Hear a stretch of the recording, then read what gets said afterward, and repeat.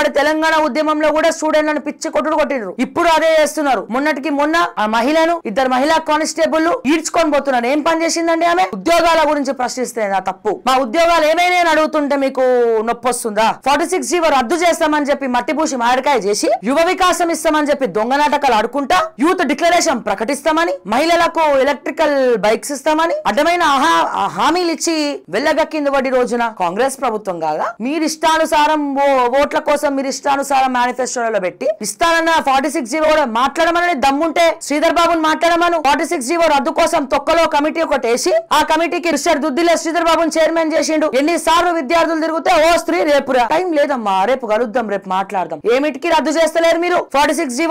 ఇవన్నీ అడుగుతుంటే మండుతాందా మీకు? ఇవన్నీ మాట్లాడుతా ఉంటే ఉక్రోషం వస్తుందా మీకు? మాట్లాడద్దా?